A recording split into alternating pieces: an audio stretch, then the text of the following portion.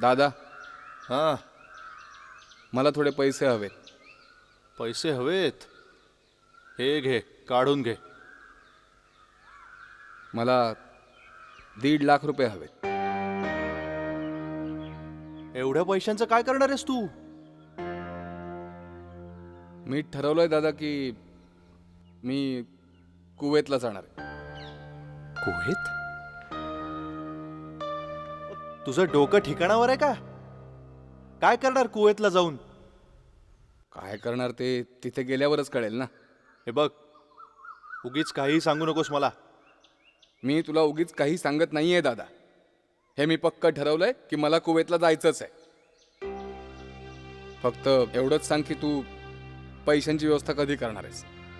जर तू म्हणतोयस ते खरं आहे ना, तर मी काय सांगतोय ते नीट ऐकून घे तू. अशा फालतू कामासाठी मी तुला 1 पैसाही देणार नाही. काय झालं एवढं रागवायला? कशाला ओरडताय त्याला? हा तुझा लाडका धीर कुवेतला जायचंय याला. या आजकालच्या तरुण पोरांना माहित नाही काय झालंय. ज्याला बघावं त्याला परदेशात जायचंय. आणि तुला कशाला जायचंय रे कुवेतला? इथे चांगलं घरदार आहे तुझं, काय नाहीये तुझ्याकडे, आणि आम्ही बरं तुला जाऊ देऊ असं? खबरदार, जर आजपासून कुवेतला जायचं नाव जरी काढलंस तर. मी कुणाकडे परवानगी मागितलेली नाहीच आहे वहिनी. मी फक्त तुम्हाला माझा निर्णय सांगितलाय. तुम्ही फक्त मला एवढंच सांगा की तुम्ही मला पैसे कधी द्याल. मी तुला एकदा सांगितलं ना की अशा टुकार कामासाठी 1 पैसाही देणार नाही मी तुला. मी पण बघतोच कसा जातोस कुवेतला. आणि मी पण बघतो कोण अडवतंय मला कुवेतला जाण्यापासून.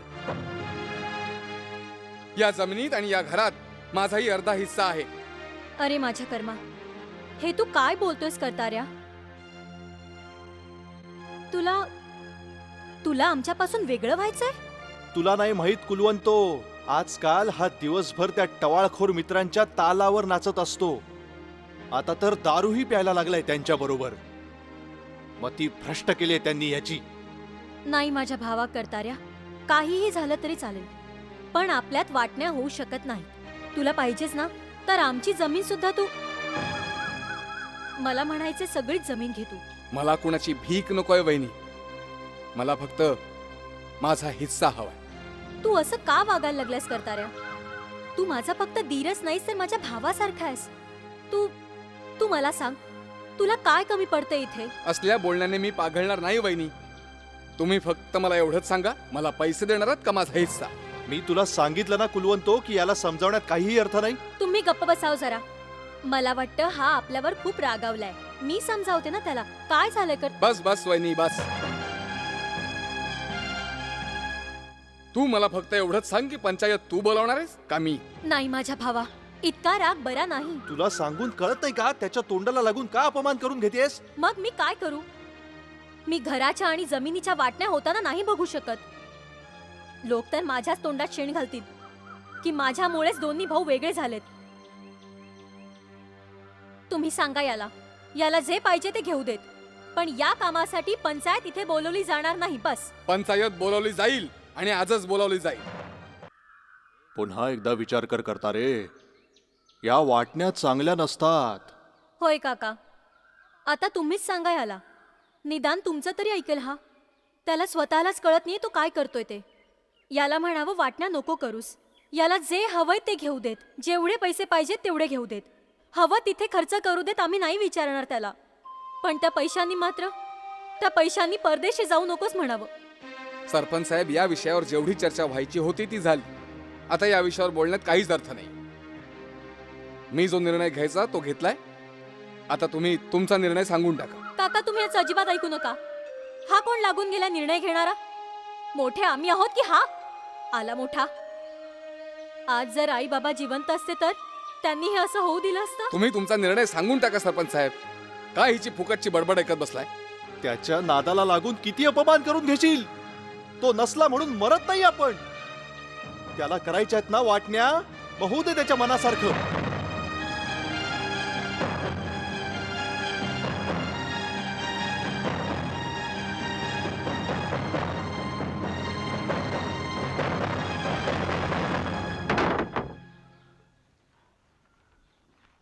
हे बघा, हा तुम्हा दोघा भावांचा आपापसातला विषय आहे. आमचं असं मत आहे की बाहेरच्यानं कुणी यात काही बोलणं बरं दिसत नाही. पण आता तुम्ही हा विषय पंचायतीसमोर मांडलाच आहे, तर आमचं असं म्हणणं आहे की एका भावाने हिस्से करावेत आणि दुसऱ्याने ते मान्य करावं. जागर, तू मोठा आहेस. तू घर आणि जमिनीच्या 2 समान वाटण्या ठरव. असं कधी होणार नाही. तुम्ही कोणीही आमच्या जमिनीच्या वाटण्या नाही करणार. ह्याचा जो काही निर्णय असेल तो आम्हाला मान्य आहे.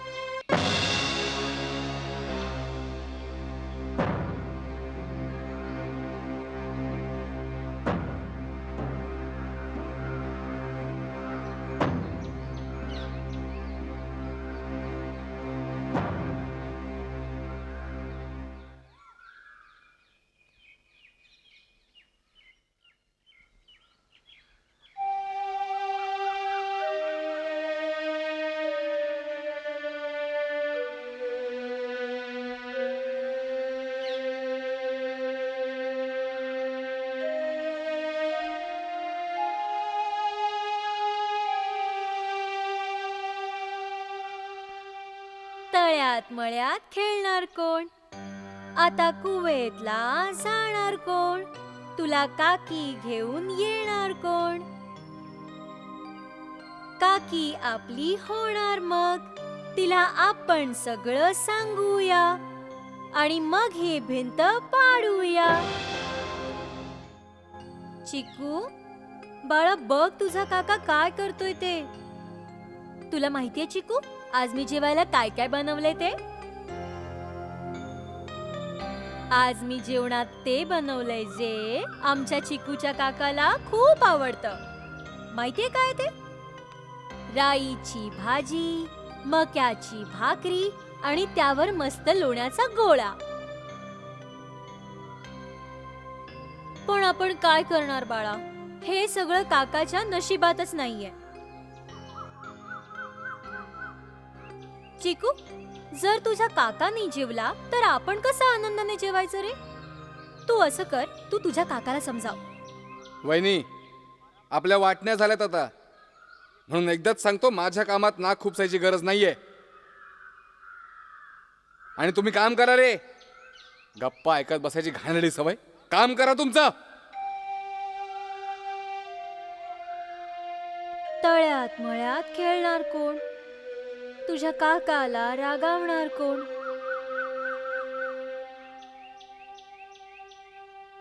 तू लवकर मोठा हो माझा राजा, मग आपण दोघं मिळून याला मारूया.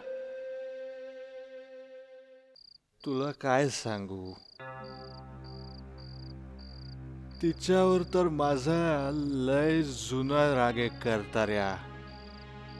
तिनं त्या गुरमीत बरोबर ठरलेलं माझं लग्न मोडलं होतं. मी दारूड आहे म्हणून सांगितलं तिच्या घरच्यांना. परत काल दसली ती मला.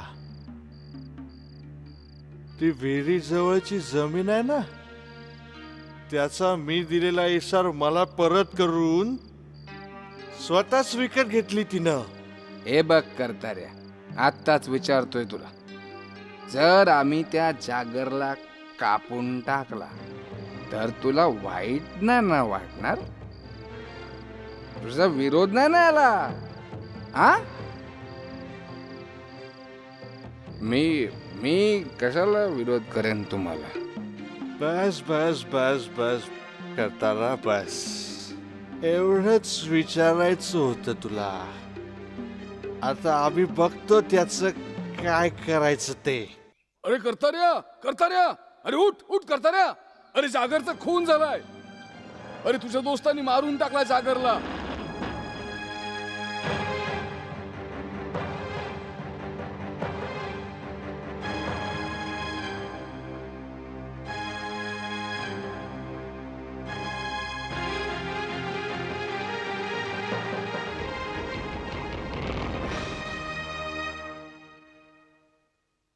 मारून टाकलंस ना भावाला जमिनीसाठी?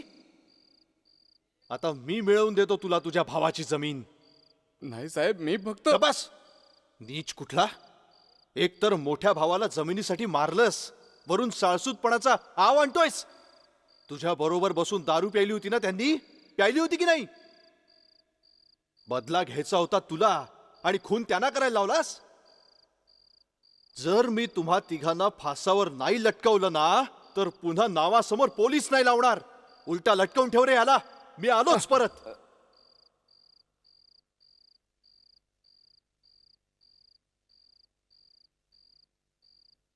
मला माहिती रे, तो खून नाही केला, पण चूक तर तुझीच आहे का नाही? आहे का नाही? नाही हो, मी काहीच नाही बोललो त्यांना. अरे गब्बस रे, हा जो आमचा साहेब आहे ना, तुला ठाण्यात चोपून मारून टाकेल. त्यातनं पण जर तू वाचलास तर तुला फाशी देईल, फाशी. आता यातनं वाचत नाही बघ तू.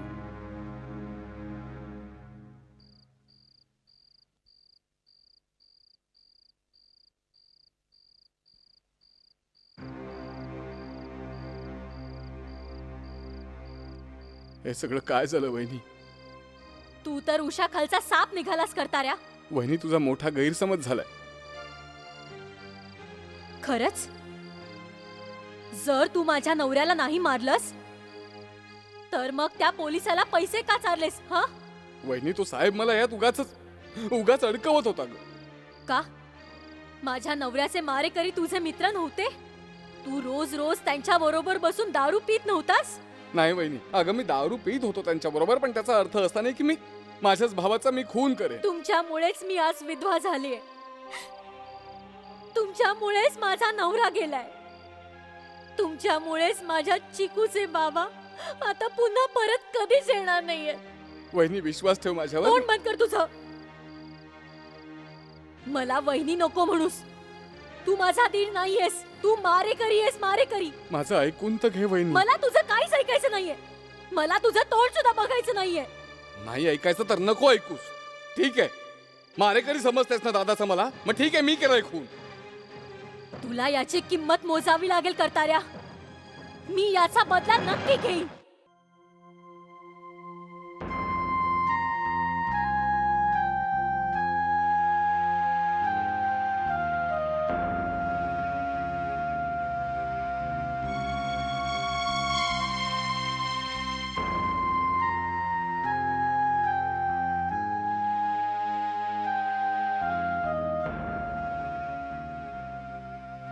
बस कर पोरी, बस. अशी कुठपर्यंत रडशील? हे दुःख तर जन्मभराचं आहे पोरी. हाच तो फेटाय ना आई, जो बांधून चिकूचे बाबा तुझ्या पोरीशी लग्न करायला आले होते. हा? हाच तो फेटाय ना आई. विचार करून वेळ लागेल पोरी. हे बघ, तू जर असंच वागत राहिलीस ना, तर मलाच काहीतरी होईल. ऐक पोरी, माझं ऐक. तू घरी परत चल. सोनपूरला चल. तुझं सामान बांध पोरी. तू आता इथे एकटी काय करणार? चल पोरी, चल. हट्ट नको धरूस बाळा. हे बघ, तिथं सोनपुरातही तुझंच घर आहे ना. तू माझ्या बरोबर चल. इथं तुला एकटीला सोडून मी कशी जाऊ? चल पोरी. नाही आई, तूच सांग. चिकूच्या बाबांच्या आत्म्याला असं एकटंच सोडून जाऊ? त्या घराशी माझं नातं तर कधीच संपले नाही. आता मी तिथे परत कसं जाऊ शकते आई? भावनेच्या भरात बोलतेस तू पोरी. तुला माझं म्हणणं कळतच नाहीये. हे बघ, तू अजून तरुण आहेस. हे जग खूप वाईट आहे कुलवंतो. सीतेवर सुद्धा डाग लावला होता या लोकांनी. लोकांचा विचार करून काय करू मी आई, जेव्हा माझा धनीच जिवंत नाही राहिला? मरणाऱ्याच्या मागे तर जाता येत नाही ना पोरी. तू तुझा नाही, निदान चिकूचा तर विचार कर. तुला काय त्याला अशा ठिकाणी वाढवायचंय जिथे भीतीची टांगती तलवार त्याच्या डोक्यावर राहील? नाही पोरी, मी तुला इथं नाही राहू देणार. पण आई, मी हे सगळं सोडून कसं जाऊ? हे घर, या घराच्या भिंती, या घरातल्या प्रत्येक वस्तूत माझ्या नवऱ्याच्या आठवणी येत आई. मी नाही जाऊ शकत इथून. ठीक आहे बाळा, मी तुला जबरदस्ती नाही करणार. तुला जसं वाटेल तसं. मी हे सगळं तुझ्या भल्यासाठी सांगत होते पोरी. कसं सांग, तरुण पोरीचं पांढरं कपाळ बघून तुझ्या आईनं कसे दिवस काढायचे पोरी, कसे दिवस काढायचे.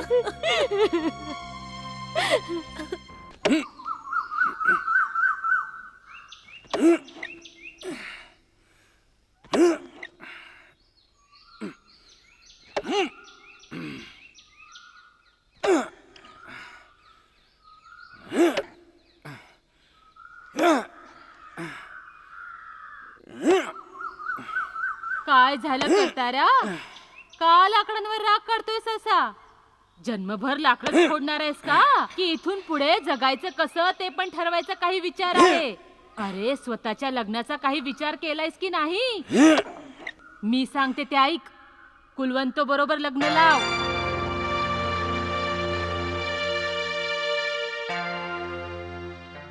हे तू असं काय बोलतेस काकू?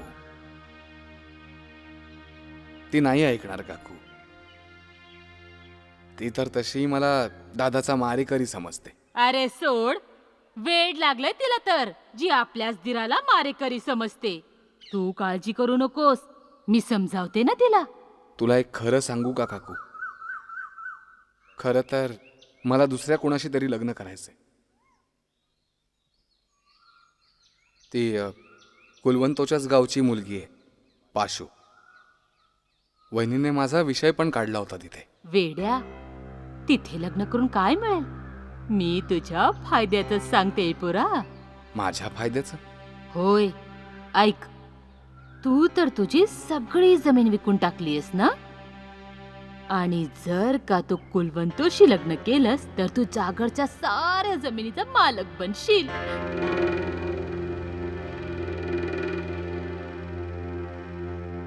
आणि चिकू, तो पण तुलाच बाबा म्हणणार नाही का? हं? पण काकू, अरे पण बिन सोड. तू फक्त त्या कुलवंतोला पटव. आणि हो, जर तिच्याशी लग्न नाही केलंस तर काय होईल माहित आहे ना? आपल्या नवऱ्याचा खुनी तर ती तुला आधीच समजते. आपल्या पोराच्या मनात सुद्धा तुझ्याविषयी विष कालवेल ती. आणि तो मोठा होऊन बापाच्या खुनाचा बदला घेईल.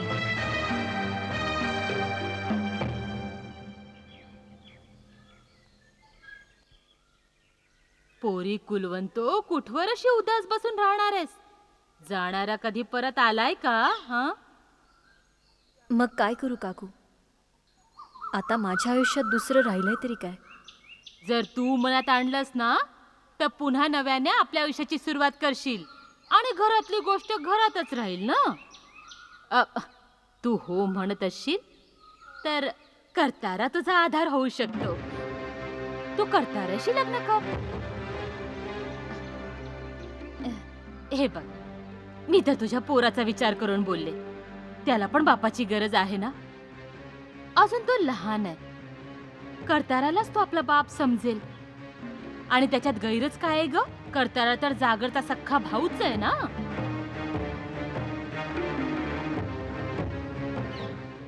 तू असं का बघते मला?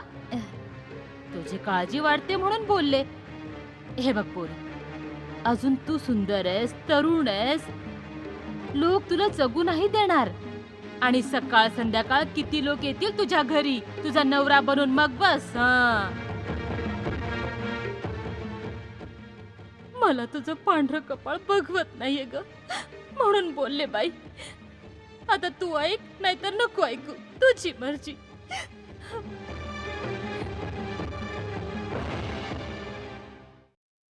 आपल्या नवऱ्याचा खुनी तर ती तुला आधीच समजते. आपल्या पोराच्या मनात सुद्धा तुझ्याविषयी विष कालवेल ती. आणि तो मोठा होऊन बापाच्या खुनाचा बदला घेईल. चिकू, हे काय करतेस तू? याच दिवसाची मी आजपर्यंत वाट बघत होते. हाच आहे तुझ्या बाबांचा मारेकरी. माझ्या बापाच्या खुनाचा बदला घेतला मी. खबरदार जर माझ्या मुलाला हात लावशील तर. माझा खून करणार होतीस ना तुझ्या पोराकडून? म्हणूनच वाढवलंस ना त्या सापाच्या पिल्लाला. कापून टाकलं मी त्या सापाचं पिल्लू.